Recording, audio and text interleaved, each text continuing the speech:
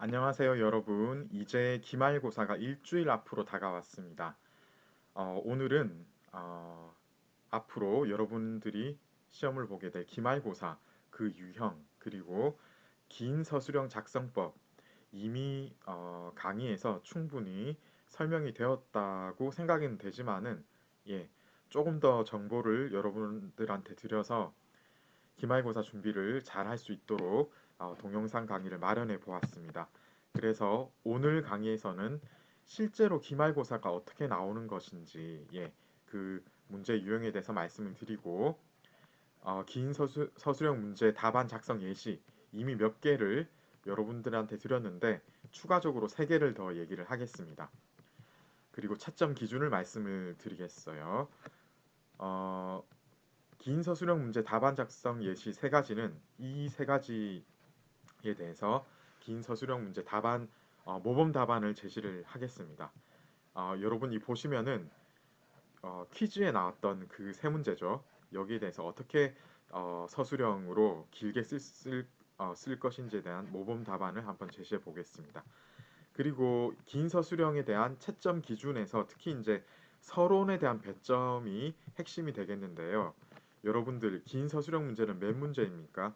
7문제입니다. 그 중에서 서론을 잘 쓰느냐가 각 6점에 해당이 되겠습니다. 그래서 한 문제당 6점이니까 총 7문제면은 이 서론에 해당이 되는 배점이 총 42점입니다. 이것은 기말고사 전체 400점의 약 10%가 조금 넘는 큰 비율을 차지합니다. 따라서 여러분들이 긴 서술형 문제 답안을 쓸 때 떻게 서론을 잘 쓰느냐가 굉장히 중요하겠죠.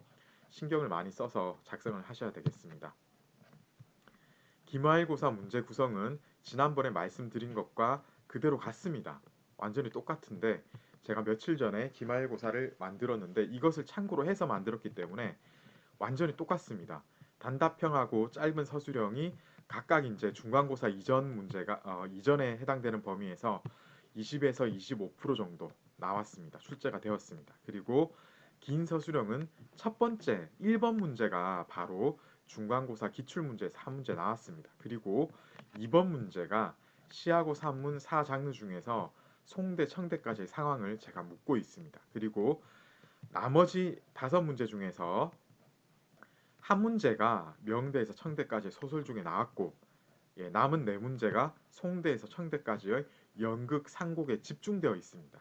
그래서 여러분들이 어, 실제로 송대에서 청대까지의 연극 상곡에 대한 공부를 많이 하셔야 되겠어요. 굉장히 이제 비율이 높기 때문에 실제로 기말고사 총 7문제 중에서 하나, 둘, 셋 빼고 이 4문제가 여기서 나왔네요. 그러니까 비율이 굉장히 높기 때문에 여러분들이 신경을 많이 써서 준비를 하셔야 되겠고요.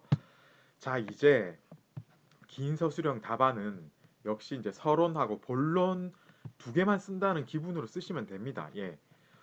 결론을 적지 않아도 상관이 없습니다. 그런데 뒤에 나오는 제 이제 모범 답안을 보면은 자연스럽게 결론이 구성이 되기 마련이기 때문에 제가 굳이 이제 결론을 쓰지 않아도 된다고 이제 말씀을 드리는 거고요. 서론에 대한 배점이 계속 말씀드립니다만은 한 문제에 6점입니다. 굉장히 크기 때문에 여러분들이 결국은 서론을 어떻게 이제 잘 준비하는지가 중요합니다. 실제로 이 구체적으로 이제 3문제 어떻게 작성을 하는지를 보면요. 우선 동성파가 흥성한 이유가 무엇인지 서술하세요. 서술하시오. 이렇게 문제가 나오면은 키워드는 크게 이제 2가지입니다. 복고주의, 한족 엘리트주의가 큰 키워드이고요. 그리고 구체적으로는 동성이란 지역의 기후, 지형, 문화가 중요하겠죠. 그래서 이 전체적으로 2가지의 키워드가 들어가야 됩니다. 그래서 동성파는 청대의 한족의 민족 정신이 복고주의와 성리학의 투영으로 나타난 문학 유파로 동성이라는 지역의 기후와 지역 및 문화적 요소가 복합적으로 작용하여 흥성한 그런 문학 유파이다라고 서론에서 키워드를 다 포함해서 이렇게 구성을 하면은 제대로 된 서론의 작성이 맞춰졌다라고 보겠습니다. 그러고 나서 본론은 여기에 나온 이 서론을 길게 늘려서 쓰면 되겠죠. 그래서 명말 청초의 한족 상류층이 기후가 온화하고 배후에 넓은 평야를 끼고 지리적으로 유리한 입지인 배산 임수 지역인 동성으로 사람을 보내가지고 발견을 했어요. 이런 지역을. 그래서 그쪽에 그쪽으로 거처를 옮겨가지고 자리를 잡게 됩니다. 이 사람들은 한족의 정체성을 성리학의 유가적 전통에 두고 대를 이어서 크게 세를 불리며 문학의 이론과 창작을 병행해 나가는데, 이는 상기한 기후와 지형의 유리한 입지를 바탕으로 명말의 문화적 가풍을 계승한 인재들이 연구해 나갈 수 있는 외적 환경이 충분히 갖춰져 있었기 때문이고, 마침내 청대에 가장 영향력 있는 문학 유파를 이루게 된다라고 하면은 동성파가 흥성한 이유에 대해서 여러분들이 설명을 잘 하게 된 것입니다. 자, 이제 두 번째 문제 볼까요? 남난 성덕의 출신이 돼 서술하시오 하면은 키워드는 총 3개입니다. 만주족 8기군 중에서 정한기, 이 정도죠. 남난 성덕은 청대의 사작가로 유명한 남난 성덕은 만주족 귀족으로 집안이 대대로 8기군 중에서 정한기에 속했다라고 얘기를 하면 이 키워드를 다 포괄을 한 것이고요. 그러고 나서 이제 8기군 그리고 정한기에 대해서 설명을 해야 되겠죠.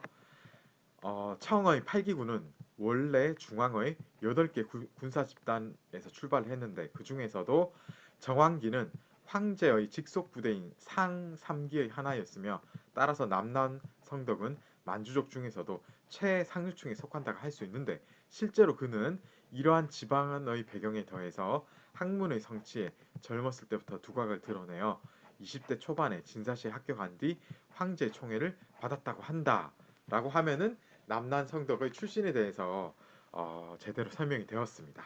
자, 이렇게 구성을 하면 되고요. 마지막으로 이어의 작품 경향과 성향의 그 영향에 대해 서술하시오라고 하면은 제가 드린 강의에 따르면 키워드가 고전주의하고 유미주의를 싫어했어요. 이 사람이. 그죠? 그리고 통속적이고 관중 친화적인 대사를 선호를 했습니다. 그리고 이론 면에서는 탕현조를 바탕으로 해서 실제에 맞게 변형을 했고요. 나중에 이제 김성탄, 원매 등이 이에 이제 동조를 하게 되는데요.